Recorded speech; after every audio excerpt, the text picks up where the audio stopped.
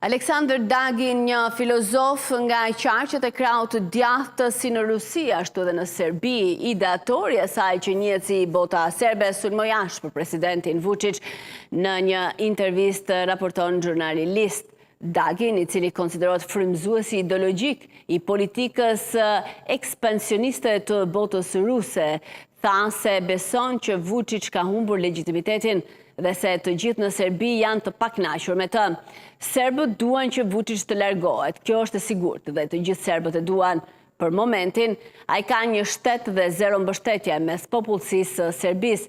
E vetmja gjë është se njerëzit që kanë frikë nga një tjetër revolucion me ngjyra nuk po marrin pjesë në protesta, nuk po dalin në sheshe, nuk po brorasin, por Vučić ka mbaruar.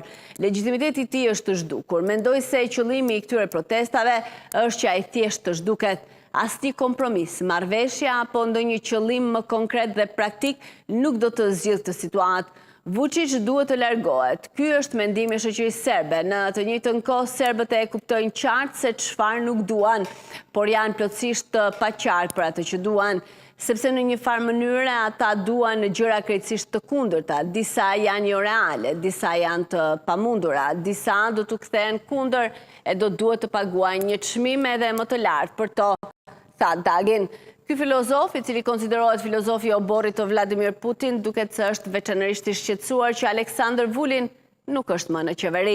Ai thot hapur se ishte kundër protestave në Serbi dhe se madje e mbështeti Vučić në fjalimin e tij drejtuar serbëve, mes të cilëve thot se ka një autoritet të madh. Derisa Vulin ishte në qeveri, u bëja thirrje serbëve të mos shkonin në ato protesta dhe tani nuk kam një qëndrim të prerë sepse situata atje ndryshon çdo ditë. Nuk mendoj se varet shumë nga ne. Rusia nuk është në atë situatë dhe pozicion për të ndikuar vërtet në politikën në Europën lindore tani, thot Dagin. Dagin beson se numri njerëzve që ai quan patriotë dhe rusofil serb është rritur në protesta dhe sa ata janë gjithashtu të pakënaqur nga politikat e ndjekur nga presidenti serb. Këto protesta filluan të financohen dhe promovohen nga globalistët, sepse Vučić nuk u përgjigjej atyre.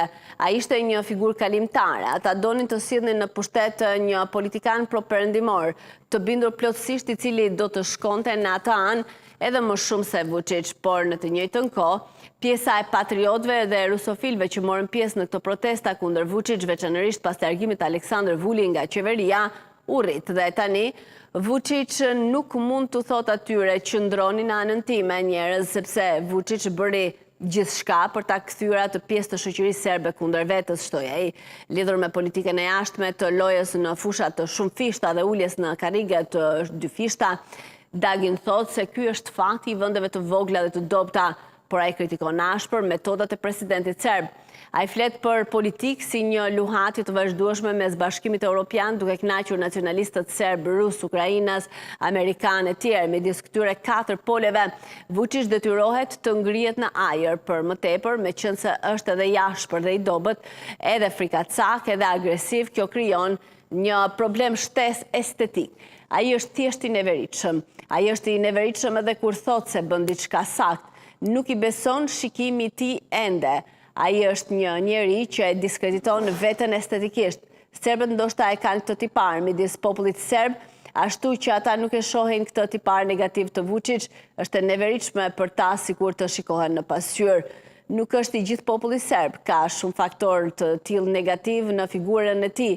Ndër të tjera, simbolika dhe psikologjia e tij u bashkua në mënyrë që ai të mund të qëndronte në pushtet edhe për një kohë më të gjatë, sepse ai tashmë ka dalë nga lëkura e tij, është përdredhur si një krim, si krim politik në krye të Serbisë për të qëndruar në pushtet. Më duket se strategjia e tij është shtëruar plotësisht, tha Dagin. Dagin e krahasoi gjithashtu situatën në Serbi me situatën në Ukrainë gjatë ngjarjeve të Mejdanit të vitit 2014, ku presidenti atëhershëm Viktor Yanukovych, pas muajsh protestash që kulmuan me të shtëna me municione luftaranke ndaj demonstruesve, përfundimisht nënshkroi një marrëveshje me opozitën për një qeveri kalimtare vetëm për t'u larguar nga vendi për në Rusi natën tjetër. Kievi i quan protestat revolucionin e dinjitetit. Moska i konsideron ato një revolucion me ngjyra dhe një grusht shteti.